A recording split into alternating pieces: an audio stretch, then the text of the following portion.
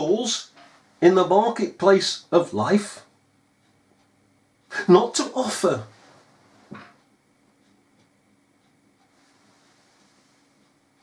eternal salvation. They don't want to know it. Nobody wants to know it. The stall is empty. But what have we got? What have we got? We've got the vagabonds there, the salesmen. Come on, ladies and gentlemen, let's have you now. Now, what have we got this day? Yes, right. Anybody wish to purchase some dispensationalism? Come on now, it's a bargain today. Come on, ladies and gentlemen. Come on, madam. Come on, this way. Listen to me. Listen to me with your fuzzy hat on. Dispensationalism. I'm going to sell you some now. It's cheap, you know, because you don't have to buy it with any money. It comes cheap, you know. It's free. Oh, yes, we'll give you some dispensation. Eh? Oh, yes. And they stand there and they take in this dispensation and, oh, thank you very much, Mr. Salesman. Oh, it's a pleasure, madam. Come on now, roll up, roll up, roll up. Hey? Who wants to buy a second blessing? Come on, second blessing, anybody? D.L. Moody got the second blessing. See what he did. All these thousands of people that he converted. That Jesus Christ couldn't save one soul, but D.L. Moody did. So come on.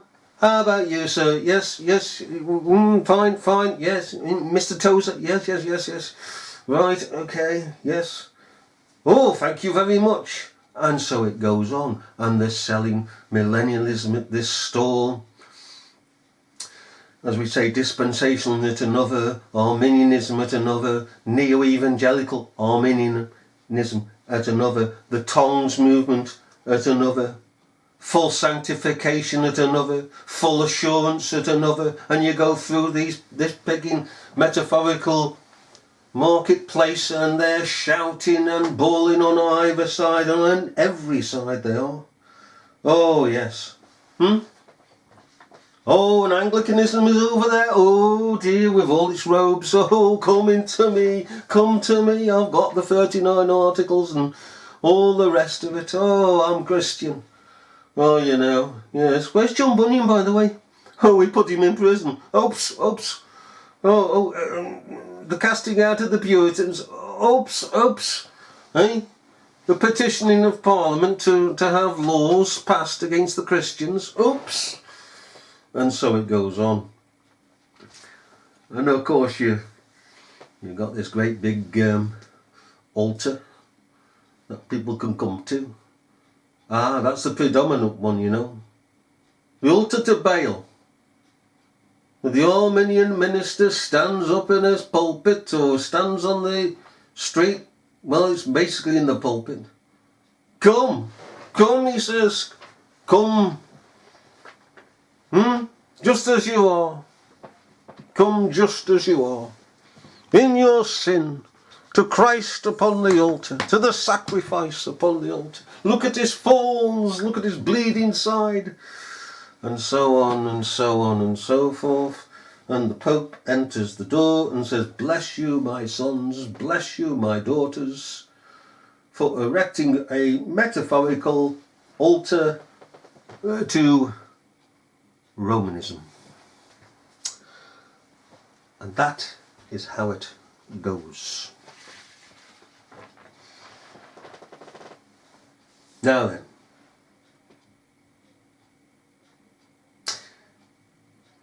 further to the house. Our house. It's called the house of the Lord, isn't it? Or the house of Israel, as we find in Ezekiel 43 verse 10. That again is situated above all the mountains of this world. The mountains of heaven, the mountains of time and sense, the mountains of everything. And you know, with the house of the Lord being the predominant house the one true and only house of justification that we, the household of faith, sit in and sit around the table of the Lord. And we're doing that daily because we cannot do anything but be in the house of the Lord, which again is equally the temple of the Lord, of which we serve God day and night. Revelation 7 verse 15. Okay, we serve God day and night. This house that is despised by the world, we call people to go up to. Up! Not to themselves, not to anything lower, but up. By righteousness, by preaching the law of God, which is again the gospel of God.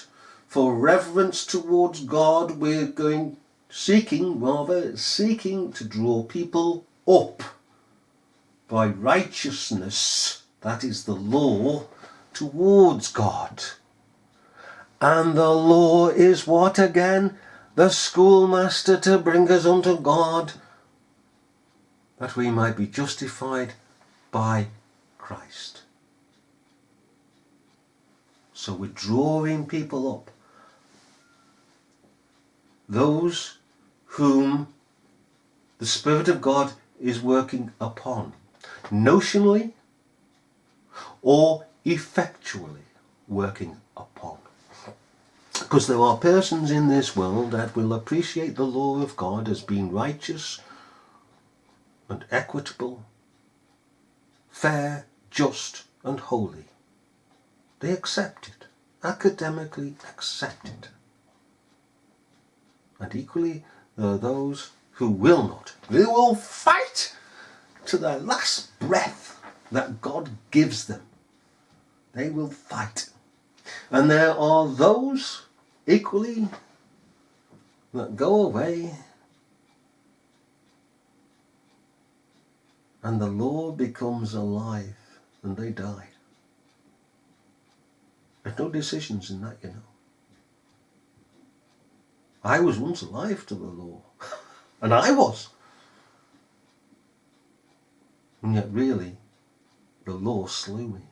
There was a time when the law revived and I died. It no longer was just academic, but it came like a sharp two-edged sword, like a thunderbolt, like an earthquake,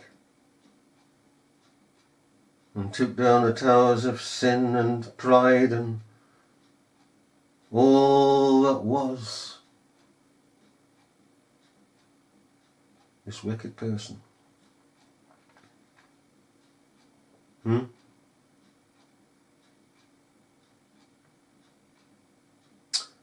preaching of righteousness draws people up towards the house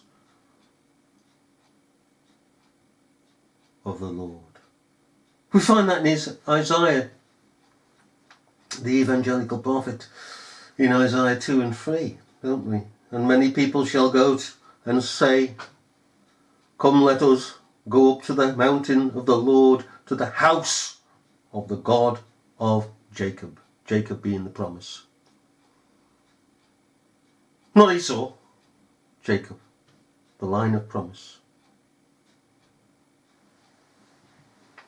And again, we draw people up by preaching the law of God, that which is godly morals and ethics. We have on the streets and in the pulpits wicked persons, totally wicked. Their gospel is another gospel. It's a man-pleasing gospel. They are angels, or rather transform themselves into appearing as angels of light.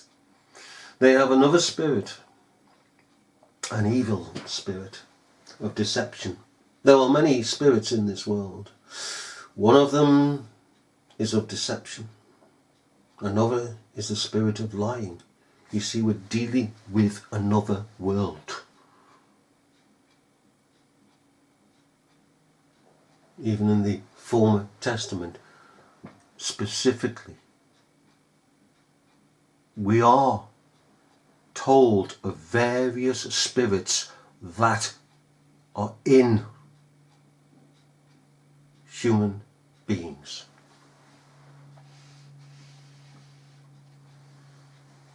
We need to get away from this secular, carnal world mindset towards understanding more and more of our own world.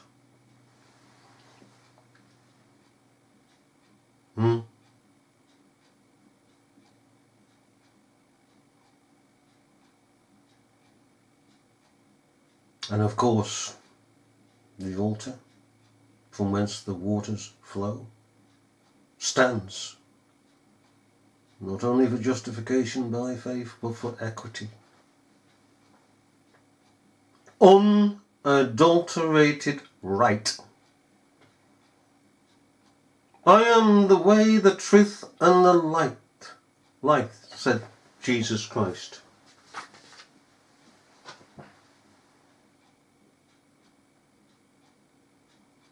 I am the way, the truth, and the life.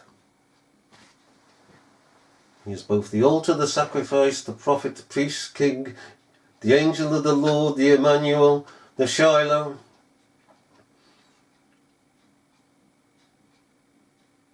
Even the Melchizedek. Not the literal Melchizedek, but after Melchizedek.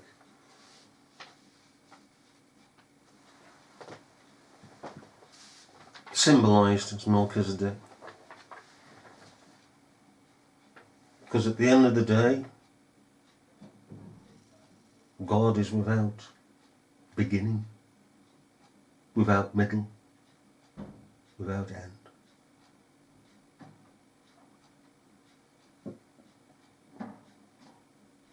Do you know these waters makes glad the city of our God, and we the tabernacles of God.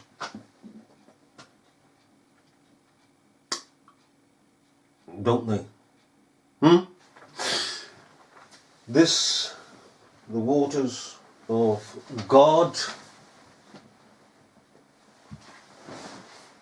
make the city of God, and the tabernacles of God blessed.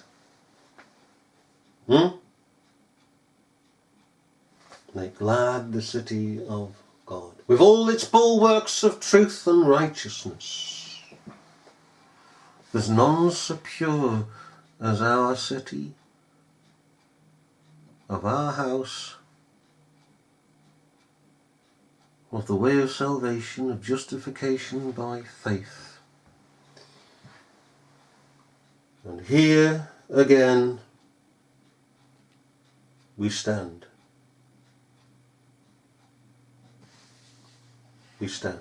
And of course, as we go through chapter 47, we see the New Testament opened up before our eyes. The divine house, waters, justification is set first, and then the whole of a new history and a new era is opened up. And that people should become fishers of men in these waters of life. Waters of life. And we'll say this in closing. So often we can sit under a ministry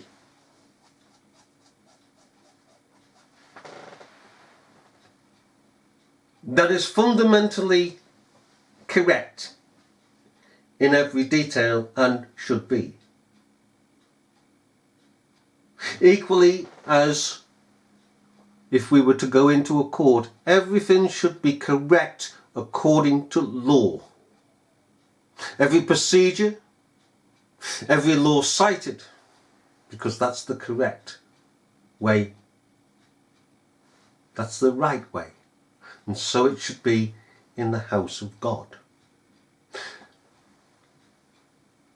With, of course, in the house of God, practical teaching for practical everyday life, which has been now taken away.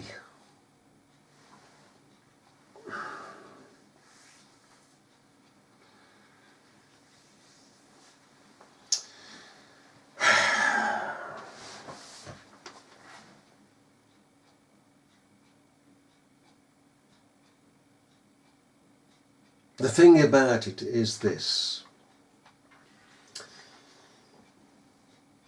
that the New Testament sees the fishers of men within the water of life.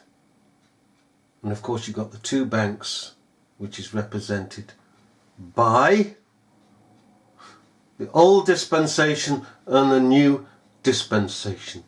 Just two natural dispensations, as we've said before. Two natural dispensations that are one in heaven. Just as there's one church in heaven, two phases of the church upon earth that come together in heaven, and once the last Israelite of the household of faith is brought in, then it shall be declared by heaven that all Israel shall be saved in the Lord, we that are Israel.